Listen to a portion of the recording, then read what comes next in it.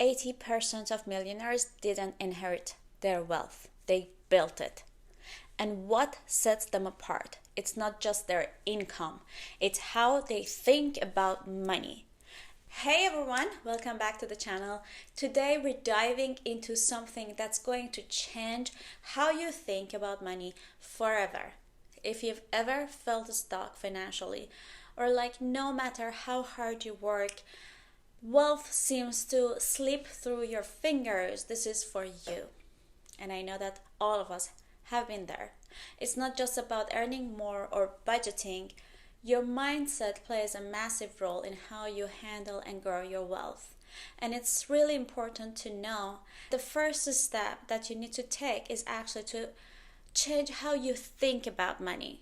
We are going to discuss it together and see deeply inside us how we are thinking about money and how we're managing that. Because sometimes it's really different how a person thinks about the other person. For example, if I want to pay more $10 extra for something, I would think that is $10 more expensive. But the other person might think, okay, that's $10 more expensive, so what? So it's about how you think about money and what is your mindset about spending, saving, different things. Step number 1, reframe how you see money.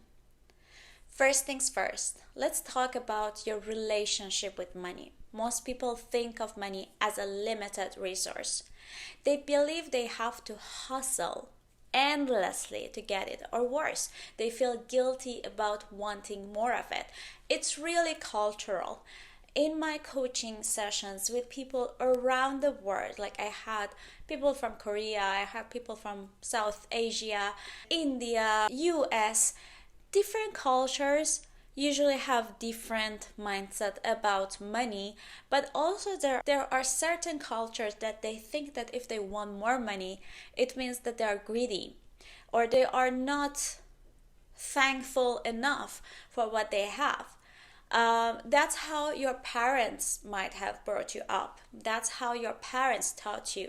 Maybe that you grew during the big depression or the recession time during 2008. So that's the time that you gain all of your mindset about money and how you inherited these ideas about I have to save, I should not be greedy about money. Those are the things that you actually inherited during the time that you were growing up, and it stays with you to think that I shouldn't want money. Here's a mindset shift. Money is a tool, not a reward. It's not something you get for just working hard. It's something you use to create more opportunities for yourself. For example, let's say you receive a raise at work. Instead of thinking, great, now I can finally buy that new gadget or upgrade my car, reframe it. Ask yourself, how can I use this extra money to create more income? Could you invest it? Start a side business? The point is, every dollar you earn is an opportunity. Take a look at your last paycheck or any money you received recently. Write down 2 ways you can use that money to generate more income or reduce long-term expenses. Whether it's investing in a course to upgrade your skills or putting it into stocks or saving it, make sure every dollar has a purpose. Step number 2, stop fearing debt. Start leveraging it. Debt is one of those things that stresses a lot of people out, including me. But it's all about perspective. Debt, when used wisely, can actually help you grow wealth. It's not about avoiding debt altogether, but about using it strategically. I think of it like this. If you borrow money to invest in something that will generate income, like starting a business, buying real estate, or investing in yourself, then that debt can work for you. For example, instead of taking out a loan for a fancy car, why not invest in a certification or skill set that will boost your career and income potential? Or use a business loan to fund a side hustle that generates passive income. So we always think about using that money to upgrade ourselves, but upgrade can be done in different level. It could be stocks, it could be investment, it could be learning new skills. It's not always about having better gadget or a better car or better house. Take a look at any debt you have. Is it helping you generate more money, or is it just draining your bank account? If it's the latter, create a plan to eliminate it. If you're considering taking a new debt, ask yourself, how can this debt help me grow financially? Number 3, develop a growth-oriented budget. Budgets tend to get a bad rep because people see them as restrictive, but a budget should be a growth tool, not a punishment. Instead of thinking of it as a list of things you can't do, think of it as a strategy for growing your wealth. A good budget should help you allocate money to opportunities that increase your income.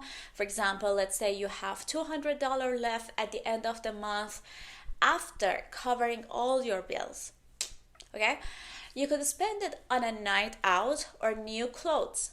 But what if instead you put it toward an investment or savings account that grows over time?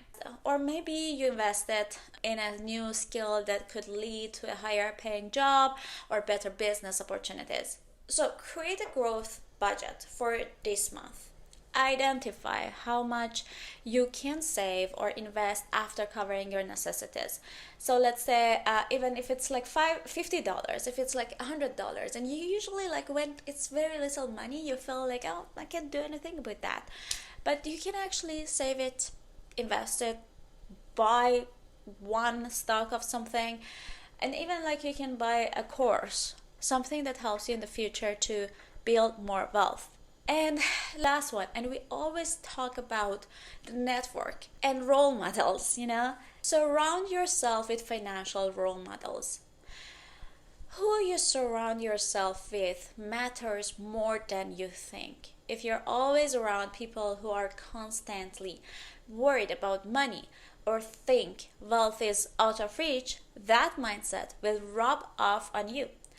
On the other hand, if you are having people around you who are trying to invest more, who are trying to save more, who are trying to use their money in a smart way, that would affect you as well.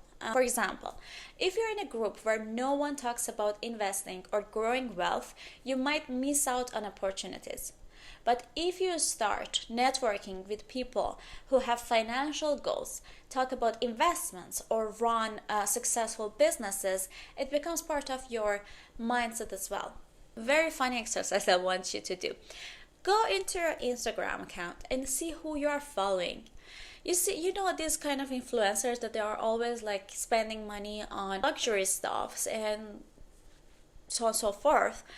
Or are you following people who are talking about investing, how to manage money, how to buy stock? That's something that could actually affect how you think in a long run without you knowing it, because it's implicitly affecting how you think about money, right? So if you're seeing someone who is always like buying stuff, spending on bags, shoes, it's different than if you're always watching someone who is talking about investing, growing. And I'm not talking about depriving yourself from having nicer stuff. No, you can have a nice car, you can have a nice bag, but you should also care about how much money you have in investment as well. And that's how you grow. And step number 5, keep learning about money. Don't stop learning. The more you know about money, how it works, how to invest it, how to make it work for you, the easier it becomes to grow wealth. And it's not about becoming a financial expert overnight. It's about consistently improving your knowledge. Let's say you spend 30 minutes every day reading or listening to materials about personal finance. That's 3 hours per week. You're investing in your financial future.